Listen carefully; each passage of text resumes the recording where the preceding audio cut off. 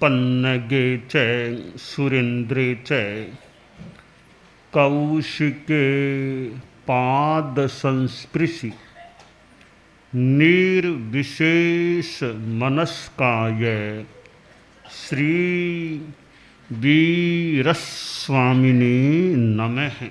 आर्हत वाङ्मय में कहा गया है,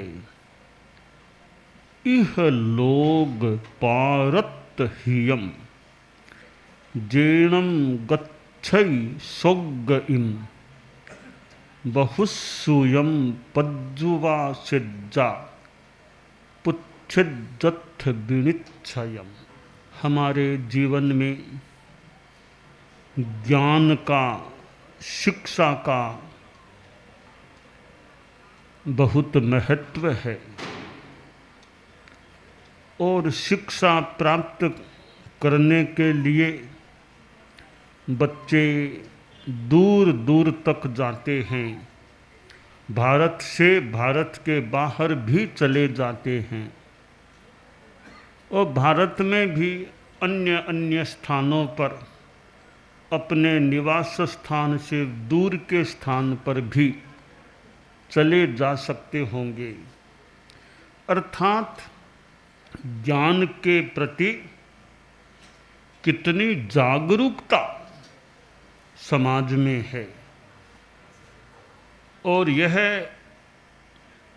ज्ञान के प्रति रुझान है, उसका ही एक प्रभाव हो सकता है कि कितने शिक्षित लोग आज मिलते हैं।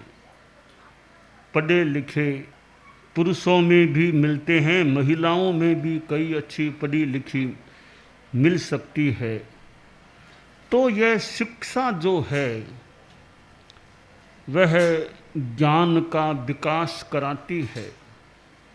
आज कितने विद्यालय हैं, जगह जगह विद्यालय मिलते हैं, गांवों में भी विद्यालय मिलते हैं और महाविद्यालय भी कई जगह मिलते हैं और कहीं कहीं विश्वविद्यालय, यूनिवर्सिटीज भी मिलती हैं।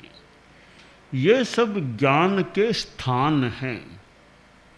यहाँ विद्यार्थी जाते हैं, शिक्षक, अध्यापक, प्राध्यापक जो भी ये जो पढ़ाने वाले हैं वे ज्ञान प्रदान करने वाले, विद्यार्थी ज्ञान का आदान करने वाले होते हैं।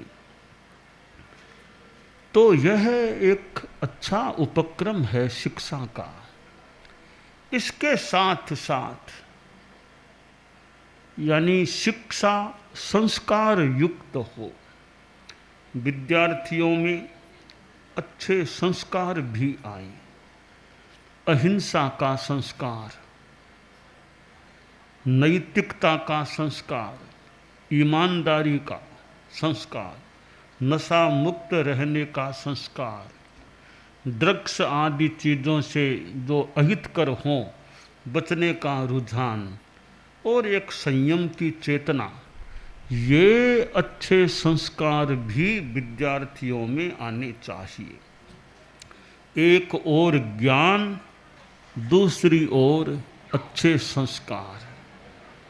ज्ञान एक प्रकार का प्रकाश है तो संस्कार एक प्रकार की सौरभ है, मानो सुगंध है।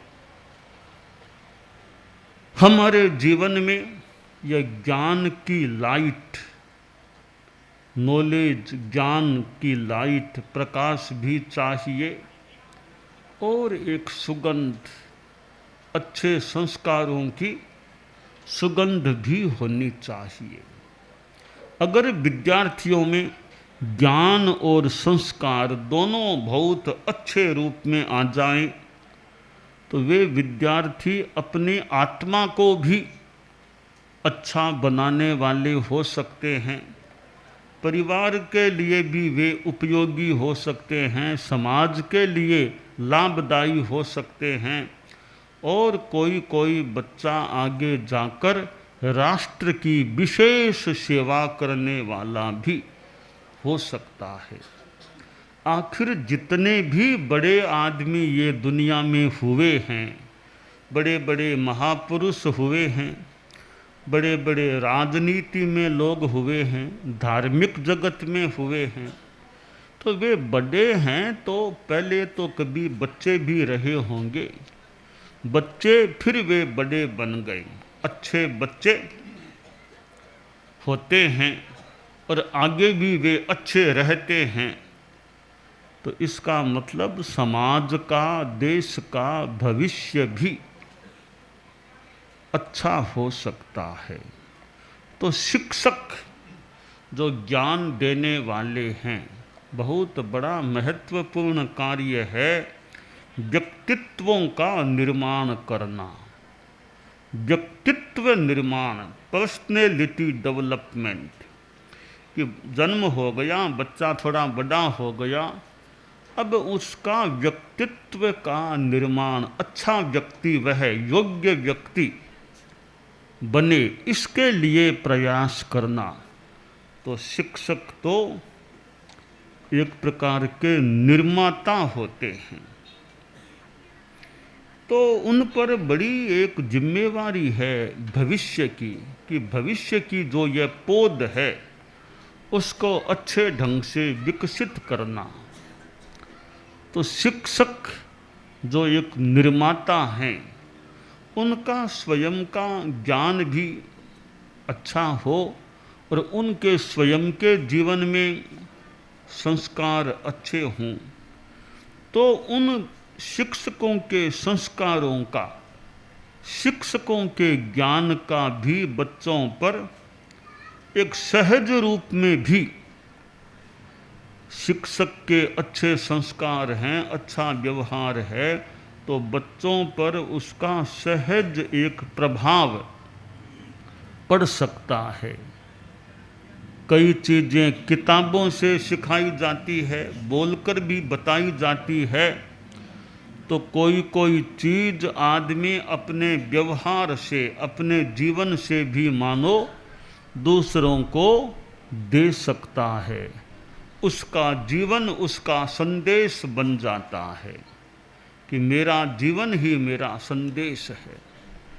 तो यह ज्ञान और आचार कह दें, संस्कार कह दें, इन दोनों का विकास विद्यार्थियों में होता है। तो विद्यार्थी श्रुत संपन्न, शील संपन्न, यानी ज्ञान संपन्न और संस्कार संपन्न व्यक्तित्व वाले बन सकते हैं। एक राजा था, राजा के 3 राजकुमार थे। तो राजा ने एक दिन सोचा कि अब मुझे उम्र आ रही है, 70 के निकट आ गया हूँ, तो मुझे राज्य की भावी व्यवस्था कर देनी चाहिए, यानी अपना युवराज, उत्तराधिकारी घोषित कर देना चाहिए। तो राजा के एक गुरु थे, धर्म गुरु, सन्यासी थे। तो राजा उनके पास गया, बोला गुरुदेव, आज एक विशेष आदेश लेने के लिए आया हूँ, थोड़ी एकांत में बात करनी है। बाबा ने और लोगों को दूर कर दिया था, ऐसे भी राजा आया तो लोग दूर हो गए थे, फिर भी थोड़े बहुत थे, उनको भी दूर कर दिया। राजा बैठा था, इधर गुरुजी, बाबा सन्यासी जी बैठे थे, कमरे में और कोई नहीं था। तो राजा बोला, गुरुदेव अब आगे के लिए क्या आदेश है? मैं 70 के निकट आ गया हूँ, अब राज्य की भावी व्यवस्था कब कर देनी चाहिए और किसको युवराज बनाना चाहिए?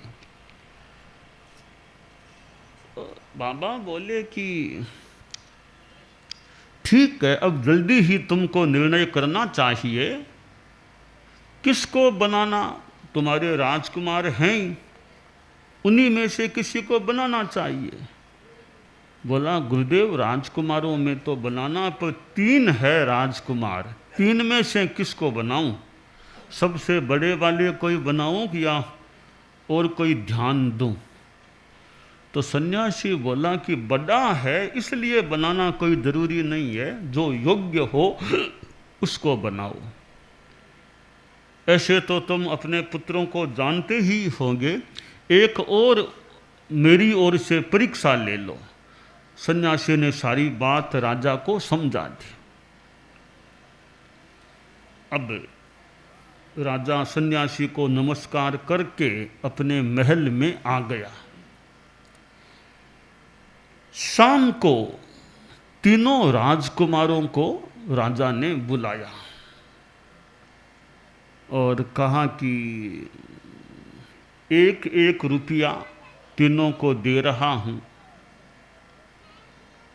और करीब 12 घंटों का समय है। कल सवेरे मैं तुम तीनों के महलों में आऊंगा और ये 1 रुपया मैंने जो दिया है, उस 1 रुपये से आने वाली सामग्री से तुम अपने अपने महल को भरने का प्रयास करो। कल सुबह मुझे अपने अपने महल भरे हुए मिलने चाहिए, यह मेरी अपेक्षा है। जाओ बोले, इस काम में लग जाओ। तीनों ने 1-1 रुपया ले लिया और अपने अपने महल में चले गए। समय तय किया राजा ने 7 से 8 के बीच, तीनों के तुम्हारे पास पास में महल है, मेरे महल के भी पास में ही हैं, तो मैं 7 से 8 के बीच तीनों के महल में आऊंगा। अगले दिन सुबह राजा चला। सबसे पहले बड़े वाले बेटे के महल में गया तो देखा वो बेटा तो सोया हुआ था, उठा ही नहीं था। राजा बोला, अरे उठा नहीं है क्या? देख 7 पार का समय हो गया है ना। तब आंखें खोली। राजा ने कहा, रे वो महल भर दिया कि महल का भरने का काम कर दिया। बोला, क्या महल भरना? 1 रुपये से कोई महल भरा जा सकता है क्या? आप फालतू बात करते हो, आपको दिमाग ठीक नहीं आपका। वरना 1 रुपये से महल भरने की बात आपने कही भी कैसे? सोया सोया ही जवाब दे दिया। राजा ने कहा, ठीक है तुम सबो आराम करो, कोई बात नहीं। राजा आगे बढ़ा और पास में जो लोग चल रहे थे उन्होंने कहा कि जो बड़े राजकुमार हैं वे तो कल रात में जुआ खेल रहे थे, इस 1 रुपये को जुए में लगा दिया था। सोचा था ज़्यादा रुपये हो जाएंगे तो कोई अच्छी सामग्री खरीदूंगा, तो इनका रुपया तो जुए में गया। राजा वापिस आया बड़े भाई बड़े बेटे के महल में। पूछा, रे 1 रुपये का तुमने क्या किया? बोला, पिताजी मैंने तो जुए में लगा दिया, सोचा ज़्यादा रुपये आएंगे तो काम चलेगा, महल भरूंगा, 1 से तो क्या होगा। तो 1 रुपया भी गया जुए में। अब राजा दूसरे राजकुमार के महल में गया तो वह देखा कि वहाँ महल में घास फूस यूँ कमरों में हॉल में घास फूस भरा पड़ा था। छोटे वाले बेटे से राजा ने पूछा, रे महल को इस तरह भरा है क्या? कि हाँ पिताजी, और तो 1 रुपये से क्या चीज़ आ सकती है। यो पास में घास पड़ी थी, मैंने कुछ मजदूरों से कहा ये घास मेरे यहाँ भर दो, 1 रुपया तुमको दे दूंगा। उन 2-3 को 1 रुपया दे दिया, वो आपस में बांट लिया होगा उन्होंने, घास फूस यहाँ भर दी। राजा ने कहा ठीक है। फिर राजा आगे बढ़ा, तीसरे राजकुमार सबसे छोटे राजकुमार के महल में गया तो बेटा सामने आया, रिसीव किया राजा को और एकदम बहुत सम्मान के साथ हाथ का सारा देकर 2-4 सीढ़ियाँ थी उन पर से राजा को ले गया। पहले तो बिठाया कि थोड़ा पिताश्री कुर्सी पर विश्राम कर लो, आप थोड़ी थकान आ गई हो, बाद में आप अवलोकन करना। राजा कुर्सी पर बैठ गया, थोड़ा जो भी शिकंजी आदि जो भी पिलाया राजा ने पी लिया। और अब देखते हैं तो छोटे राजकुमार के एक एक कमरे में राजा गया, हॉल में गया, किचन में गया, सब जगह मोमबत्तियाँ जल रही है, अगरबत्तियाँ जल रही है, कहीं फूल बिखरे हुए हैं। तो प्रकाश ही प्रकाश और सुगंध, अगरबत्तियों की सुगंध ही सुगंध, फूलों की भी सुगंध आ रही थी। तो फिर राजा ने बाहर बैठ के पूछा क्या किया था? बोला पिताश्री आपने 1 रुपया दिया था, 1 रुपये से महल को भरने का आपका आदेश था। तो मैंने सोचा पिताजी ने कहा है तो सोचकर ही कहा होगा, कोई न कोई रहस्य तो होगा। मैंने दिमाग लगाया, आपके प्रति सम्मान का भाव, और मुझे यह सूझा कि भरना है ना तो प्रकाश से भरें, सुगंध से भरें। तो 1 रुपये से मुझे ये मोमबत्तियाँ, अगरबत्तियाँ, ये दिया सलाई की ये पेटी, फूल सब 1 रुपये में सब सामान मिल गया था। और अब आप देख लो यह प्रकाश मैंने किया और सुगंध फैलाई है। राजा बड़ा खुश हुआ, अपने महल में आ गया और चिंतन किया कि बड़े वाला बेटा और बीच वाला बेटा ये तो ठीक है, छोटे वाला बेटा कितना एक पढ़ा लिखा भी है और बड़ा एक समझ वाला है, और कितना अच्छा काम किया है कि प्रकाश से भरा है महल को और सुगंध से भरा है। तो आशा करूं मेरे राज्य को भी यह प्रकाश और सुगंध से भरने का प्रयास कर सकेगा। कुछ समय बाद अच्छे मुहूर्त में बहुत बड़ी पब्लिक के प्रोग्राम में राजा ने उस छोटे वाले राजकुमार को अपना युवराज यानी उत्तराधिकारी घोषित कर दिया। 5-7 वर्षों के बाद जब राजा का देहावसान हो गया, तब वह छोटे वाला सबसे छोटा जो राजकुमार था, जो युवराज बनाया गया था, वह राजा बन गया। तो अब यहाँ विद्यार्थियों के लिए ध्यातव्य है, ध्यान देने की बात है कि छोटे राजकुमार ने महल को किस चीज़ से भरा था? समझ गए कहानी को? समझ गए? छोटे राजकुमार ने महल को कैसे भरा? बताओगे? महल को कैसे भरा, किस चीज़ से भरा? तुम बता सकते हो? सुगंध और हाँ हाँ और प्रकाश और सुगंध, ठीक है। तो तुमको भरना वो तो अब ये हमारा जीवन है नहीं, ये भी एक प्रकार का महल है, ठीक है ना। इस जीवन को कैसे भरना चाहिए? कौन सी सुगंध? फूलों की सुगंध? प्रकाश कौन सा? जीवन रूपी महल को कौन से प्रकाश से भरना चाहिए? तुम बताओगे? और बच्चों में कोई बताएगा? बच्चों में कैसे भरना चाहिए जीवन रूपी महल को? देखिए, जीवन रूपी महल को प्रकाश और सुगंध से भरना चाहिए। प्रकाश कौन सा? ज्ञान का प्रकाश, पढ़ाई, ज्ञान का प्रकाश, नॉलेज, ज्ञान के प्रकाश से। सुगंध फूलों वाली तो ठीक है, संस्कार, अच्छे संस्कार, अहिंसा, नैतिकता, संयम, इन अच्छे संस्कारों की सुगंध से जीवन रूपी महल को भरने का प्रयास करना चाहिए।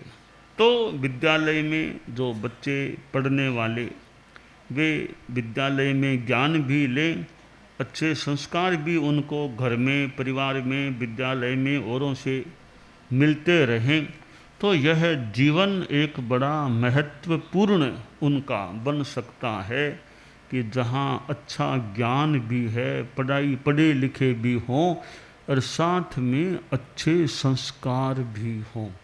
तो ज्ञान और संस्कार, ज्ञान का प्रकाश और संस्कारों की सुगंध, इनसे इस जीवन रूपी महल को भरना चाहिए, जैसे कि छोटे राजकुमार ने प्रकाश और सुगंध से अपने इस भौतिक महल को भरा था। तो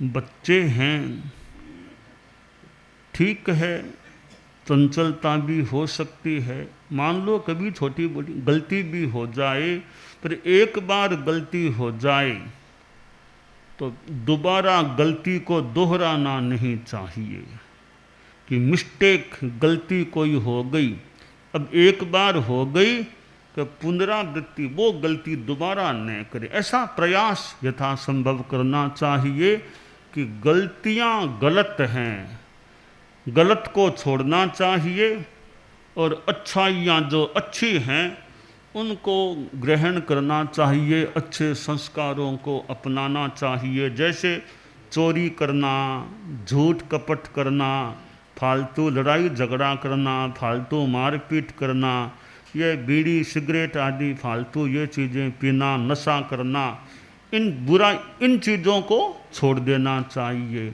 और अहिंसा, नैतिकता, संयम, सच्चाई, ईमानदारी, नशा मुक्ति, इन चीज़ों को जीवन में अपनाने का प्रयास करना चाहिए। तो बुराई को छोड़ना और अच्छाई को अंगीकार करना, स्वीकार करना, यह लक्ष्य रहता है और प्रयास रहता है तो हमारा जीवन बहुत अच्छा बन सकता है। तो शास्त्रकार ने कहा, इह लोग पारत हियम जेणम गच्छई स्वर्गम, कि जिस श्रमण धर्म से इहलोक का हित हो, परलोक का हित हो, सुगति प्राप्त होती है, उसके लिए बहुसूयम, बहुश्रुत की पर्युपासना करनी चाहिए। जो ज्ञानी हैं, साधु संत हैं, त्यागी हैं, ज्ञानी हैं, ऐसे साधुओं की संगति मिले, उनसे अच्छा सद्ज्ञान मिले, उस सद्ज्ञान से आदमी को एक कल्याण का मार्ग प्राप्त हो सकता है। तो विद्यार्थियों में भी एक अच्छा मार्ग प्राप्त करने का प्रयास हो, अच्छा मार्ग मिले, वे सन्मार्ग पर चलें, अध्यात्म के मार्ग पर चलें और खूब अच्छे बने, यह